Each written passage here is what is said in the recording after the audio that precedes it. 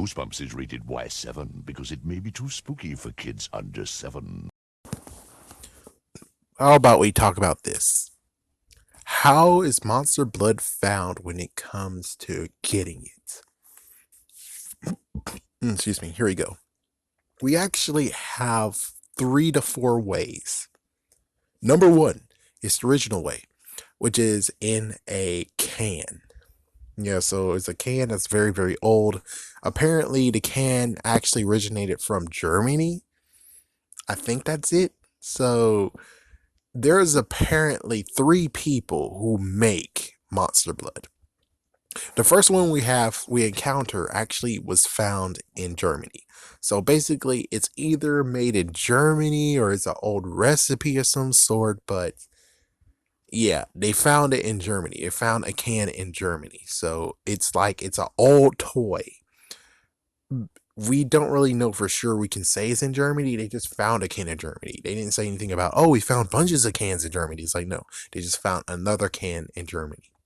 Which is kind of weird being like, well, if your son already has a can of it, why in the world you bring a second one? It's like, I get it's a souvenir, but does it have German writing on it? It's the same exact look as the original one, but it has German now. So he has a American version and a German version.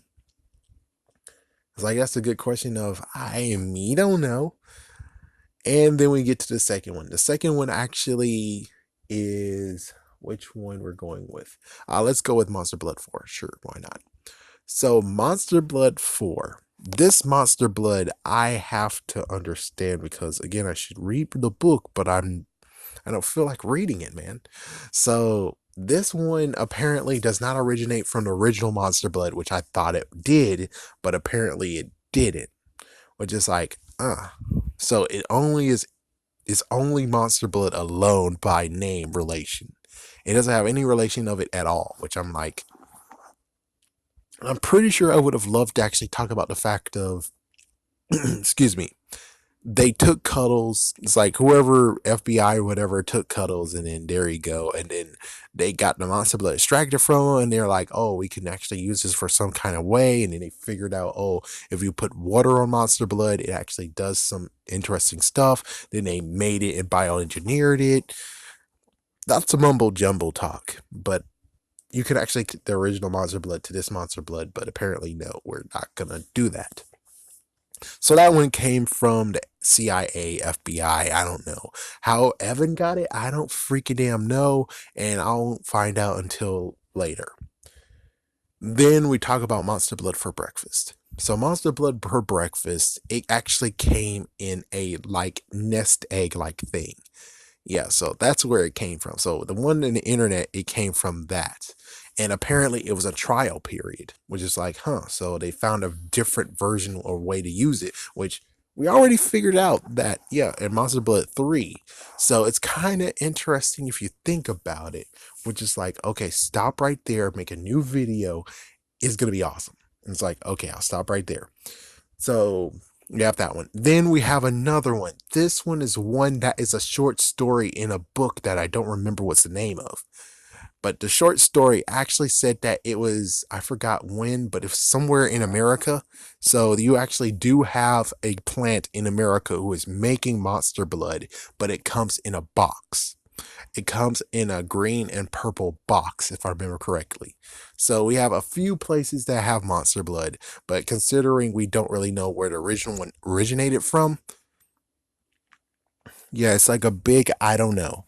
So we only just know that there's the internet company, and the internet company, if it was able to show up like very, very quickly, then yes, it might actually still be in America, which means that, excuse me, the subsidiaries or whatever you say that word, they are combined together. So you have one actually is making it a toy, the other one is making it into a fruity energy drink.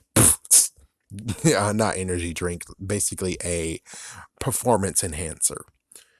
Who knows what they're trying to do? Are they trying to give it to GI Joes, or they're giving it to athletes? We don't know what exactly they're planning with it. So I don't know. Yeah, I'm just gonna end it right here, right quick. Should I? Nah, I'm gonna do it here. Yeah, I'm just gonna make another video here. So insert the new video. So this new video is a interesting. We're just gonna make a 2-in-1. What if? Because it's not an antagonist. Evan is gone. Evan is not a part of Monster Blood whatsoever. He had his happy ending somewhat. It's like, yeah, technically he does have a happy ending because I think the FBI or CIA, whoever, they freaking gunned down Conan and took him with them. So it's kind of like it's a two-way street of being like, okay, well, which one? Even though Monster Blood for breakfast does not multiply you, it actually increases your, yeah, it increases your buffness and stuff like that.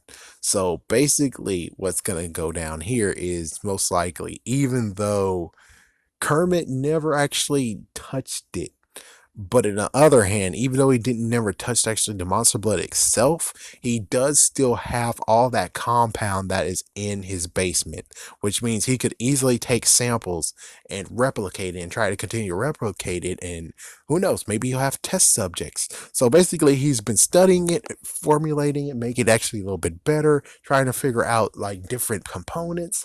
And we have Kermit doing an internet store trial period because he thinks he got it.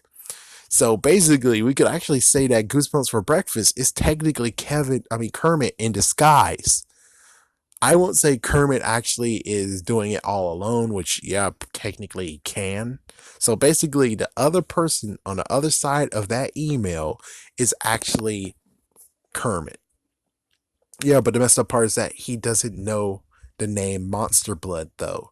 So I don't know. Maybe they mentioned Monster Blood after he actually unshranked his cousin. And well, all of that samples, it's like, come on, he had to have gotten all that samples. There's some way that he actually had to clean up all that mess downstairs. I mean, in the basement. So I'm pretty sure that Kermit most likely took a bit of samples from it. And during the years, it's like he has a brand new project of actually trying to figure out how to make this whatever it is, which he's eventually deemed it Monster Blood. Even though I'm pretty sure it's a green substance. So how did he make it green? I guess technically in a way he could actually still have it, which who knows? Did they actually say that it actually turned green after you put a little bit of monster blood in it?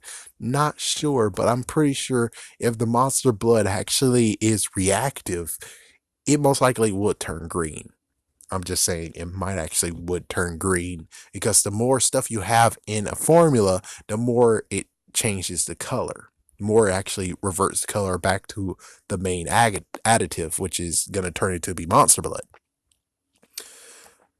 So that's basically it. It's like, yeah, I'm pretty sure that we finally actually got this nice case closed of who is the person behind that freaking email or that freaking little ad on the internet site that the main antagonist for Goosebumps for Breakfast did. And it turns out to be Kermit because that seems like that's the best idea is Kermit. And if they're doing 24-hour trial periods or something, and Kermit actually is like, oh, I wanted to make an energy strength enhancer or whatever. That was his thing that he wanted to do with Evan in the third book. So he finally actually continued on with it because, well, he noticed that was too potent. Oh, wait a minute. Sorry, my mistake. I was going with what Paparina said. Yeah, so they actually so they sabotaged it. Since they sabotaged it and he noticed that he was going big, he's like, if you're able to make him big in size, could you actually make him big in height and actually buff him out too? Who knows what he's doing? Who knows? Could he actually be a adult now trying to sell something and doing secret trial periods where technically they should be signing a waiver and technically he should be paying them instead of vice versa? Other hand, could he actually be the fact of he's a teenager now and he kind of wants to impress the ladies? So he's gonna test out this little portion to that guy, and then as soon as he finds out it's okay, he's gonna have some, and now he's freaking buff and he's gonna be part of the athletics team and he's gonna get all the chicks. We do not know. But I'm pretty sure that the main point of it all is Kermit trying to actually see if he can make a formula that actually can boost your strength and everything. I kind of forgot how the freaking book went, but pretty sure it was a failure, and we'll just have to see what he's doing. And plus, if we're actually talking about Kermit versus whoever, then that means Kermit is definitely separated from the guys who are delivering the monster blood by the box. Anyways, have a scary day. Have a scary night.